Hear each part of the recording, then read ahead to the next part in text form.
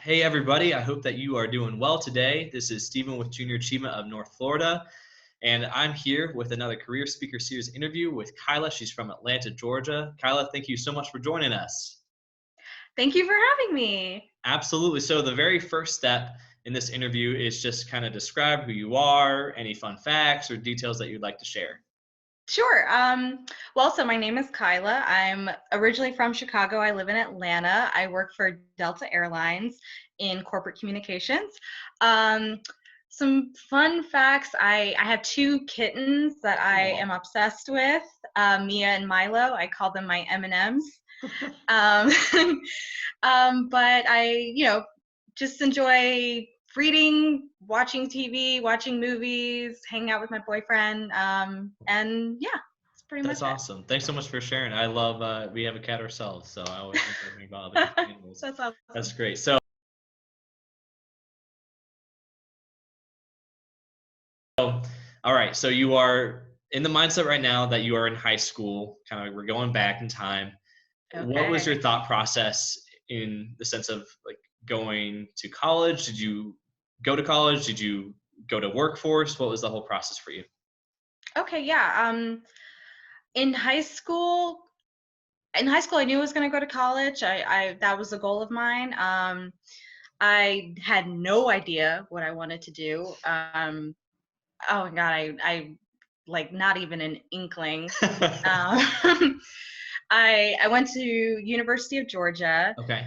Um, I initially, I initially my major was political science, and Okay. I thought I was going to kind of go on a government track. Hmm. But then I was considering law school, so I joined mock trial to see if I wanted to be a lawyer, and I got my answer, which was no. Okay. um, but I was probably about 2 years into college, and my poli sci degree. I really enjoyed political science classes, Hmm. political psychology. It was really interesting to me, but I knew I wanted to have another skill because if I wasn't going to go to law school, my path was probably going to be a little bit more limited. So I wanted to add a second major to open up some Wow. more marketable skills. So I added journalism as a double major, Wow. because if then I was thinking I'll go the journalism route, and political science and journalism, those matched really well Yeah. together. I really enjoyed my classes. It was awesome. And Grady was such a good journalism school. Hmm. At UGA, it's one of the best in the nation, I think. Um, and after, so I would say I had done a couple of internships that had a lot of writing. That was my biggest strong suit. Okay. Um, and when I graduated, I was trying to consider what I wanted to do. Did I want to stay on the journalism track that usually would take you to kind of a smaller town? That's how you start off in that field before Yeah. you kind of grow into like you want to work for like a New York Times, or you want to work for CNN. You start smaller. Yeah. So I was considering that, and then I was looking at other internships, and I found this one internship that was corporate communications, for a small regional airline, Hmm. which I didn't know existed actually. Um, Regional airlines they fly very small routes that you Okay. don't need a jumbo plane for. Right. So an example would be like Atlanta to Jackson, Mississippi. Okay. Yeah, and so I looked at the internship. It required journalism background was a benefit that they were looking for. I bet. Someone who could write, who was good at messaging, creating a message Yeah. for employees. That's essentially what corporate communications is public relations on Got it. behalf of the company that you're working for. So it sounded interesting. I never really considered working for an airline. Um, I got the internship right out of college. I Wow. was Okay. there for, yeah, I was there for probably like a month, a month and a half maybe before um, a position opened up. So they hired me full time. Wow, that was a Which, really fast internship. yeah, it was awesome. It was really, it was like a great opportunity. Yeah. Was, I really liked it. The industry was really interesting to me. Hmm. So I try to think. I was there for 3 years Okay. before I went to work for Delta. Okay. So kind of graduated to a major airline, which opened up a lot of different other doors. Yeah, so it really sounds like your major in college, or majors, were pretty much like in direct line with what you're doing now and what you even just started immediately after college. I honestly feel like that's sometimes rare. I including myself, I'm Yeah. not like I was a history major and like I used it for like my first job or two jobs, but now I'm not per se using history as much. And so it's interesting to hear someone who's like, "Yep, I'm doing exactly what I studied." Well, it's interesting because it's funny because I didn't go to school for PR. I went to Mm, school for journalism, which was hmm. like I was on the other side of it. But the thing that I knew was true was that there's a lot of transferable skills. So, Okay. having asking questions and being a good writer, Right, right. It all helps. understanding an audience, like that was very similar on both sides. Funny enough, my poli-sci degree, I don't use it. Yeah, that's true. I forgot about that. I I forgot. Yeah, I kind of did that. It was really more for fun now that I think about it. But I mean, I loved my classes and I learned a lot, so no regrets Yeah, whatsoever. absolutely.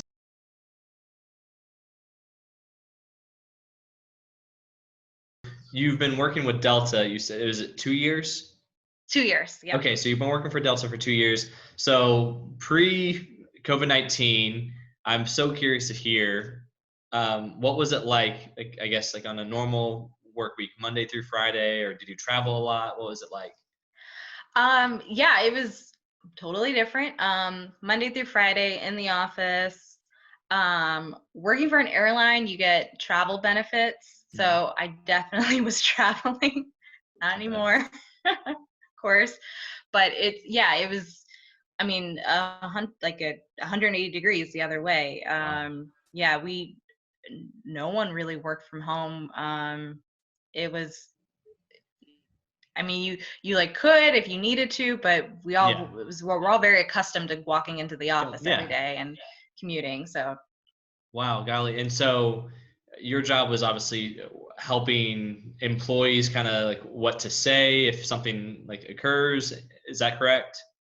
yeah, so it's a little bit twofold. So so our job is to talk to the media about things that are Got it. going on at Delta. Okay. So they'll ask us questions and then we'll tell them, here's what's happening, here's what we're doing. And then that's the external side. That's the PR side of it. And then internally, you're communicating to employees about what's going on in the business. So they Wow. also need to know because there's so many different departments and there's so many different moving parts that you're just trying to educate everyone on Yes. this is what this group is doing and this is what that group is doing. So that's what I really liked. It's twofold. You're trying to help employees understand what's going on because things are Also to the changing so outside world. quickly, and then also you're telling reporters what's going on so they Yeah. can then educate the public.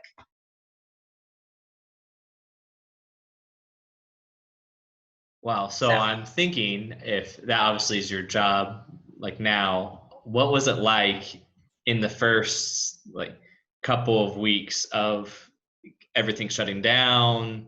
Like, mhm. please explain just the craziness. It was insane. I mean, it moved so quickly. It started off for us much earlier in January with That makes sense. with China initially, and then it spread. It's like it spread slowly, moving over to Europe, but then like everything happened so quickly with countries closing borders, Yes. so like just rapidly that it was hard to keep up with, Yeah. but it was insane. It was it moved very quickly for the travel industry.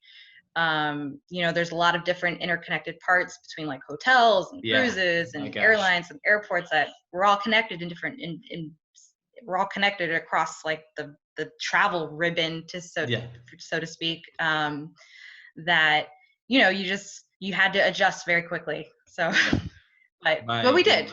You did it. I mean, you had to. Yeah, we had to. No, we didn't have a choice. Right. Exactly. Do you feel like it's settled down a little bit, or is it still increased in craziness? Well, it's with everyone being under lockdown, no one's really traveling, so there's a lot of stabilization. We don't have the vast majority of our fleet is grounded. We don't have many flights. All of our flights are for people who absolutely need to travel. Right. So that's like medical volunteers, people like that. But yeah, it's very slow right now. But we're all in kind of a standby mode, but yes, that's kind of like the rest of the world. So yeah, seriously, I can't imagine what the next announcement's going to be, and then everything kind of just opens back up into where we're like, all right, full steam ahead. I can't imagine what it's going to be like. So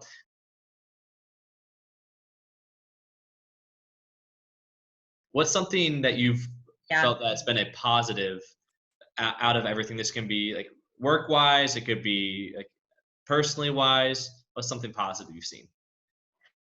Okay, yeah. I feel like I see a few positives.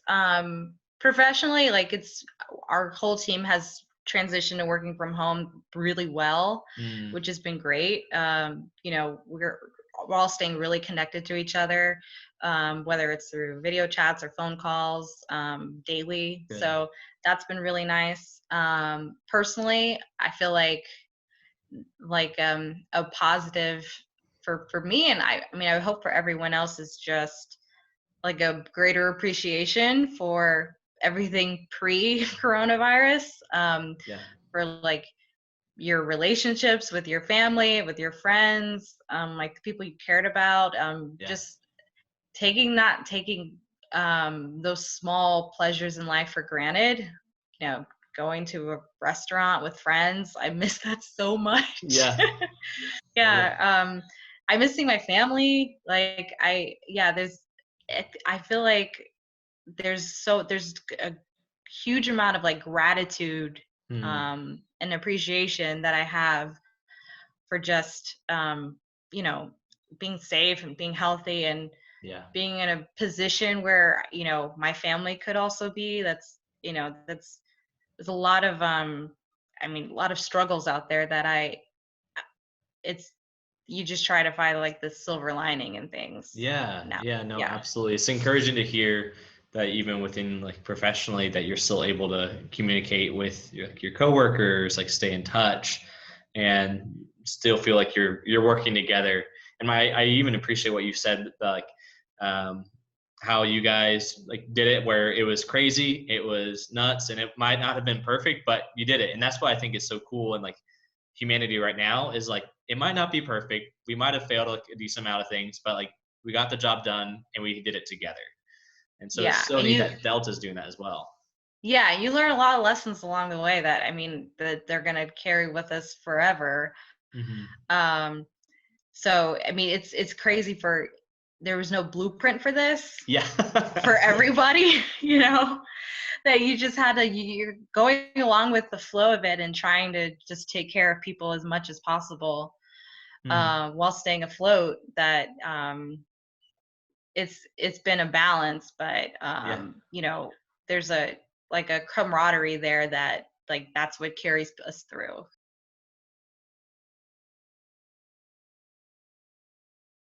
So my final question for you, Kyla, is we're in uncertain times. We really honestly don't know what might happen in the next hour. And so with that uncertainty, it's really important to focus on like in the sense of some type of security, and that includes finances. So can you tell these students, why is it so important to focus on finances in the season or even before the season? Yeah, this is actually something I'm personally really passionate about. Cool.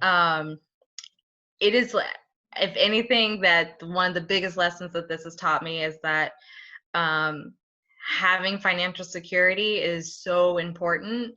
And one of the best ways that you can do that is by always living below your means. Hmm. So you're able to have a cushion for yourself and your family, because you just never, if anything that this is taught, you never know what's going to happen.